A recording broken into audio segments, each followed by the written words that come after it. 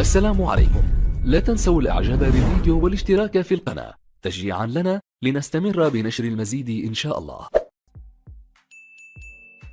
السلام عليكم ورحمة الله وبركاته. أهلا بكم مع موعد مباراة الزمالك اليوم مع فاركو في الدوري المصري الممتاز والقنوات الناقلة والتشكيل المتوقع لفريق الزمالك في مباراة اليوم، وإليكم تفاصيل هذه المباراة ولكن بعد هذا الفاصل.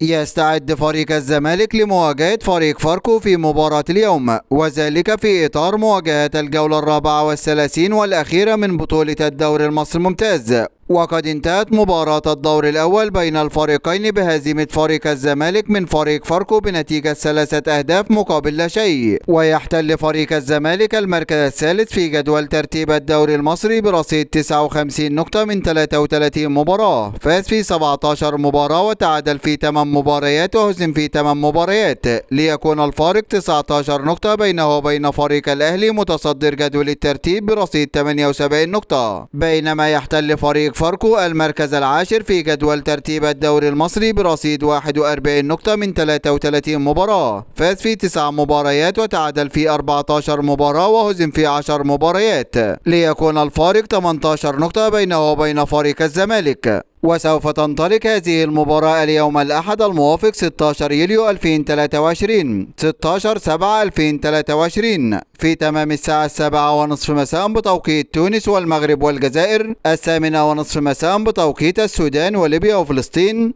9:30 مساء بتوقيت مصر والسعودية وقطر والعراق واليمن وسوريا، 10:30 مساء بتوقيت الإمارات وعمان. وسوف تقام هذه المباراة على ملعب استاد القاهرة الدولي، وسوف تنقل هذه المباراة عبر قناة اون تايم سبورت 2 بصوت المعلق أمير محروس.